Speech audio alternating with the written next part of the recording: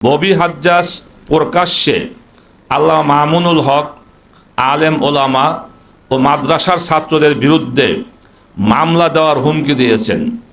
এটি অত্যন্ত বিপজ্জনক প্রবণতা। রাজনৈতিক মতভেদের কারণে ধর্মীয় নেতৃত্ব ও শিক্ষার্থীদের বিরুদ্ধে মামলা দিয়ে দমন করার ঘোষণা আইনের শাসন ও মানবাধিকারের পরিপন্থী। আমরা স্পষ্টভাবে জানাচ্ছি যে আলেম ওলামা ও মাদ্রাসার ছাত্রদের হয়রানির যে কোনো অপচেষ্টার বিরুদ্ধে দেশব্যাপী গণ প্রতিরোধ গড়ে তোলা হবে।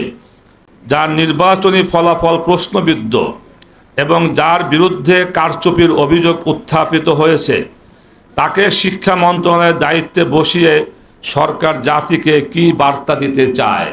ববি হাজ্জাজ, যিনি শেখ হাসিনার নিকটাত্মীয় এবং দীর্ঘদিন ধরে সেই রাজনৈতিক পরিবারের অংশ হিসেবে পরিচিত, এখন অপপ্রচার, চরিত্র হনন ও প্রশাসনিক প্রভাব ব্যবহারের মাধ্যমে একই রাজনৈতিক সংস্কৃতির পুনরাবৃত্তি করছেন। অতীতের দমন পীড়নের রাজনীতি এদেশের মানুষ প্রত্যাখ্যান করেছে। সেই ধারার পুনরুজ্জীবন জনগণ মেনে নিবে না। চোখের সামনে ফলাফল বিকৃত হওয়ার অভিযোগ থাকা সত্ত্বেও আমরা তাৎক্ষণিক কঠোর কর্মসূচিতে যাইনি, কারণ আমরা অস্থিতিশীলতা চাইনি। কিন্তু আমাদের দায়িত্বশীলতাকে দুর্বলতা মনে করলে তা হবে মারাত্মক ভুল।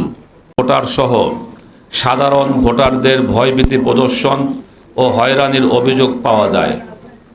কেন্দ্র পরিদর্শনে গেলে বাংলাদেশ খেলাফত মজলিসের আমির ও ঢাকা 13 আসনের রিকশা প্রতীকের প্রার্থী আল্লামা মামুনুল হককে কেন্দ্রে অবরুদ্ধ করে রাখা হয় এবং শেষ পর্যন্ত সেনাবাহিনীর সহায়তায় কেন্দ্র ত্যাগে বাধ্য করা হয়।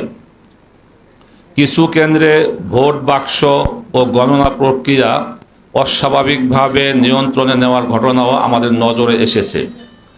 বিকেল 4:30টার দিকে একাধিক কেন্দ্র থেকে আমাদের এজেন্টদের বের করে দেওয়া হয়। রেসিডেন্সিয়াল কলেজ কেন্দ্র সহ কয়েকটি গুরুত্বপূর্ণ কেন্দ্রে আমাদের প্রধান নির্বাচনী এজেন্টকেও প্রবেশে বাধা দেওয়া হয়। একই সময় জাল ভোট প্রদান ও ভোটার প্রভাবিত করার অভিযোগ ওঠে।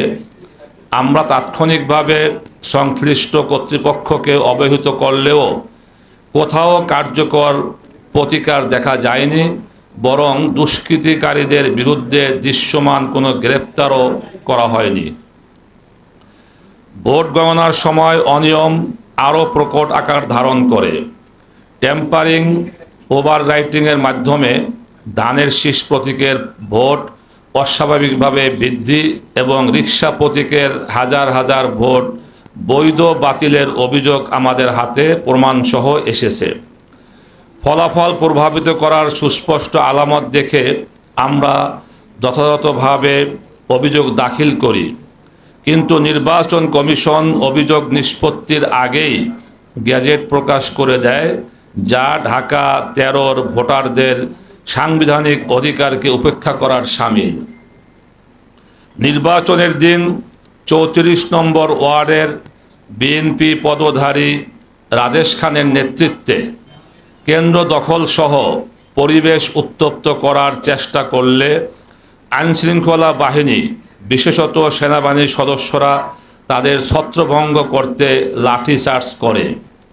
তাতে জনৈক জনাব হায়দার আলী সহ অনেকে আহত হন এবং গতকাল 22শে ফেব্রুয়ারি রাতে তিনি ইন্তেকাল করেন হাসপাতালে। আমরা মরহুমের মাগফিরাত কামনা করছি ও শোক সন্তপ্ত পরিবারের প্রতি সমবেদনা জানাচ্ছি। তিনি কেন্দ্রের বাইরে অবস্থান করছিলেন এবং ভোটার প্রভাবিত করার অভিযোগ ছিল, যা তদন্ত সাপেক্ষ বিষয়। কিন্তু একটি প্রশ্ন অনিবার্য, কেন এমন পরিস্থিতি তৈরি হয়েছিল যেখানে একজন নাগরিক আইনশৃঙ্খলা বাহিনীর লাঠিচার্জে গুরুতর আহত হন? নির্বাচনকে ঘিরে কেন্দ্র এলাকায় যে উত্তেজনা ও প্রভাব বিস্তারের পরিবেশ সৃষ্টি হয়েছিল, তা নিরপেক্ষ বিচার বিভাগে তদন্ত হওয়া জরুরি। প্রিয় সাংবাদিক ভাইরা, আমরা লক্ষ্য করেছি বর্তমান সরকারের শিক্ষা প্রতিমন্ত্রী এবং বিতর্কিত ফলাফলে নির্বাচিত সংসদ সদস্য ববি হাজ্জাজ এই মৃত্যুর পূর্বেই হাসপাতালে উপস্থিত হয়ে রাজনৈতিক বক্তব্য দেন এবং আল্লামা মামুনুল হক সহ আলেম ওলামা মাদ্রাসার ছাত্রদের উপর দায় চাপানোর চেষ্টা করেন। তদন্তের পূর্বেই রাজনৈতিক প্রতিপক্ষকে অভিযুক্ত করা এবং হুমকি সূচক ভাষায় বক্তব্য দেওয়া একজন দায়িত্বশীল মন্ত্রীর শোভা পায় না। আমরা সরাসরি কাউকে অভিযুক্ত করছি না, তবে নির্বাচনের দিন সৃষ্ট উত্তেজনাপূর্ণ পরিবেশ, পরবর্তী রাজনৈতিক ভাষ্য এবং একতরফা দোষারোপ এসব মিলিয়ে জনমনে স্বাভাবিকভাবেই প্রশ্ন তৈরি হয়েছে। সেই প্রশ্নের জবাব দিতে পারে ঢাকা 13 আসনের গোটা নির্বাচন নিয়ে একটি স্বাধীন ও বিচার বিভাগীয় তদন্ত। এছাড়া আমরা গভীর উদ্বেগের সঙ্গে জানাচ্ছি, ববি হাজ্জাজ প্রকাশ্যে আল্লামা মামুনুল হক, আলেম ওলামা ও মাদ্রাসার ছাত্রদের বিরুদ্ধে মামলা দেওয়ার হুমকি দিয়েছেন। এটি অত্যন্ত বিপজ্জনক প্রবণতা। রাজনৈতিক মতভেদের কারণে ধর্মীয় নেতৃত্ব ও শিক্ষার্থীদের বিরুদ্ধে মামলা দিয়ে দমন করার ঘোষণা আইনের শাসন ও মানবাধিকারের পরিপন্থী। আমরা স্পষ্টভাবে জানাচ্ছি যে আলেম ওলামা ও মাদ্রাসার ছাত্রদের হয়রানির যে কোনো অপচেষ্টার বিরুদ্ধে দেশব্যাপী গণপ্রতিরোধ গড়ে তোলা হবে এবং তার দায়ভার সংশ্লিষ্ট মহলকেই বহন করতে হবে। আমরা আরও সতর্ক করে দিতে চাই, রিকশা প্রতীকের সমর্থক, এজেন্ট বা নেতাকর্মীদের বিরুদ্ধে যদি মিথ্যা মামলা, গ্রেপ্তার বা হয়রানি করা হয়, তার পূর্ণ দায় সংশ্লিষ্ট কর্তৃপক্ষকে নিতে হবে। চোখের সামনে ফলাফল বিকৃত হওয়ার অভিযোগ থাকা সত্ত্বেও আমরা তাৎক্ষণিক কঠোর কর্মসূচিতে যাইনি, কারণ আমরা অস্থিতিশীলতা চাইনি, কিন্তু আমাদের দায়িত্বশীলতাকে দুর্বলতা মনে করলে তা হবে মারাত্মক ভুল।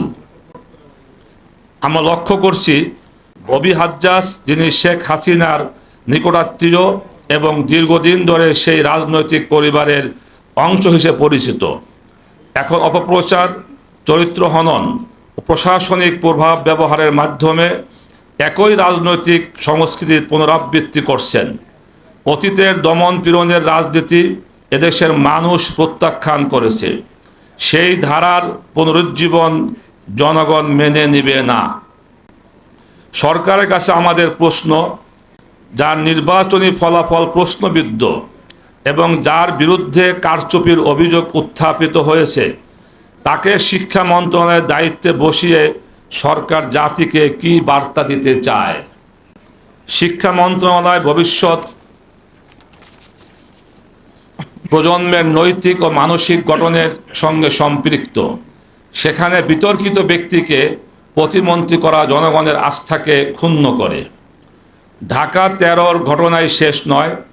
নেত্রকোনা 1, সিলেট 3, চট্টগ্রাম 5, ফরিদপুর 2, শরীয়তপুর 1, সিরাজগঞ্জ 3, মৌলভীবাজার 4 ও গাজীপুর 3 আসন সহ বিভিন্ন স্থানে আমাদের এজেন্টদের বের করে দেওয়া, জাল ভোট প্রদান ও ভোটারদের ভয়ভীতি প্রদর্শনের অভিযোগ এসেছে। নির্বাচন পরবর্তী সময়ে ঢাকা 13 সহ কয়েকটি আসনে আমাদের সমর্থকদের বাড়িঘর ও ব্যবসা প্রতিষ্ঠানে হামলার ঘটনাও ঘটছে। ইতোমধ্যে সারা দেশে অনেকে আহত হয়েছেন, কেউ কেউ এখন চিকিৎসাধীন। 23শে ফেব্রুয়ারি গভীর রাতে মোহাম্মদপুরে জুলাই হত্যা মামলার সাক্ষী ও রিকশা প্রতীকের সক্রিয় সমর্থক ইব্রাহিম খলিলের উপরে সন্ত্রাসী হামলা হয়েছে। তার হাতের হাড় ভেঙে গেছে বলে চিকিৎসকরা জানিয়েছেন। আমরা এই হামলার তীব্র নিন্দা জানাই এবং সংশ্লিষ্ট সাক্ষীদের রাষ্ট্রীয় নিরাপত্তা নিশ্চিত করার দাবি জানাই। আমাদের দাবিসমূহ: 1.